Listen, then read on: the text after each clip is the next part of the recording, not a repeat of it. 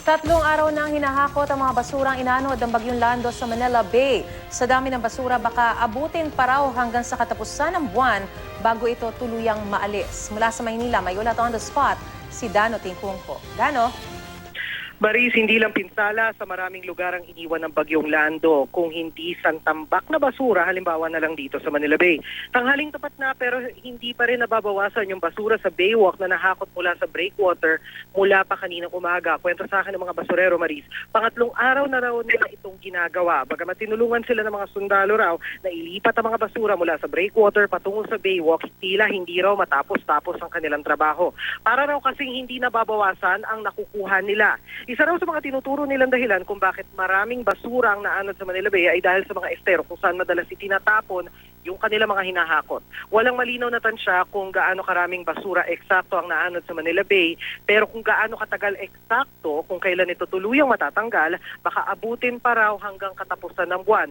Yan ay kung ayon dun sa ating mga nakausap na basurero, walang panibagong bagyo na muling magpapaanod ng basura sa Manila Bay. Sa kabila nito, gaya ng inaasahan, may mga nakita pa rin tayo sa mismong breakwater na mga nangangalakal o yung mga nangangalakal na mga pwedeng ibenta doon sa basura at maging yung mga lumalangoy. Maris? Nakakabahala yung iniulat mo, Dano, no? Pero ang isa pa sa mga nakakabahala, yung mga residente malapit dyan sa may Manila Bay na madalas lumalangoy pa rin kahit na dagat na ng basura yung nakikita. Meron ka bang nakita ngayon dyan, Dano?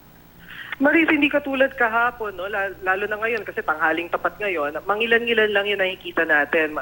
Karamihan doon sa mga nakita natin kokonti yung mga bata, tapos meron pa ilang mga matatanda, yung naglalaba, yung parang nagsasampay ng mga kanilang mga pinaglabhan doon sa may bato-batuhan, doon sa may breakwater. Meron ding ilang mga ngalakal. Pero hindi na ito ganun karami katulad nung kahapon at nung mga nakaraang araw sa kasagsagan ng tambak ng basura sa Manila Bay, Marie. Hindi man kasing dami ng mga nakarang araw gaya ng sinasabi mo, meron pa rin. So ano bang ginagawa ng local authorities and even yung mga sundalo na nandyan? Hindi ba pinagbabawalan yung mga bata? Dahil syempre, grabe yung magiging idudulot na posibleng sakit sa mga bata.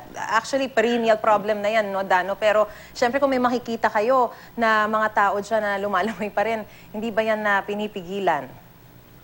Maris, meron naman, sa pagkakaunawa natin, no, meron naman talagang standing policy dyan ang Manila local government na bawal talaga lumangoy sa Manila Bay at bawal yung lumapit dun sa breakwater, particular na dun sa mga panahon na halimbawa, katulad nitong bagyo or kahit hindi bagyo, hindi naman talaga pwede dahil kahit ang DOH ay mayat-maya din ang paalala, lalo na dun sa mga bata na baka kung anong sakit ang makuha kung halimbawa lalangoy doon sa Manila Bay. Pero syempre yun din yung ating pinapaalala doon sa mga tao doon. Hindi ba delikado? Hindi ba mapanganib sa inyo?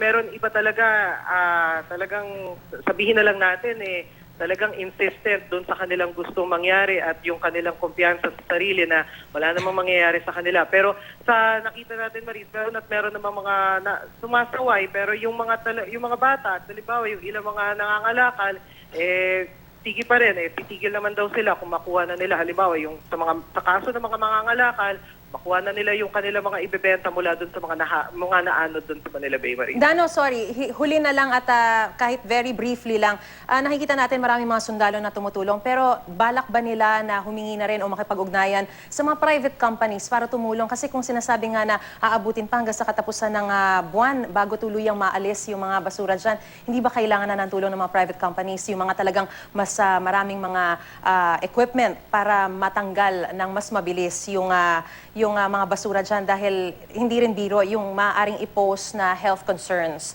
or health problems ng napakaraming basura dyan sa Manila Bay? Maris, wala pa tayong informasyon, no? Kung halimbawa meron ng mga ganong proposal o ganong mga moves na itap yung mga private company, halimbawa para tumulong dun sa paghakot ng basura. Bagamat nakita natin kanina lamang, no? Ay merong mga dump truck na non-stop yung pagkuha ng basura, yung halimbawa kasi yung kanina mga basura na nahakot mula doon sa breakwater na nandoon sa Baywalk, non-stop yung trabaho ng mga basurero na paglilipat mula doon sa Baywalk papunta doon sa dump truck. At kanina nung kausap natin sila, no, kung meron bang break or halimbawa meron bang tigil or anything, sinasabi naman nila na non-stop yung kanilang ginagawa na trabaho hanggang sa mahakot ng gusto o halimbawa makuha lahat ng basura sa Manila Bay. So yan ang abangan natin sa mga susunod na araw. Huwag naman sanang abutin ng hanggang katapusan ng buwan, kagaya ng sinasabi ng ating mga nakausap, Paris. Maraming salamat, Dano Tingkungko.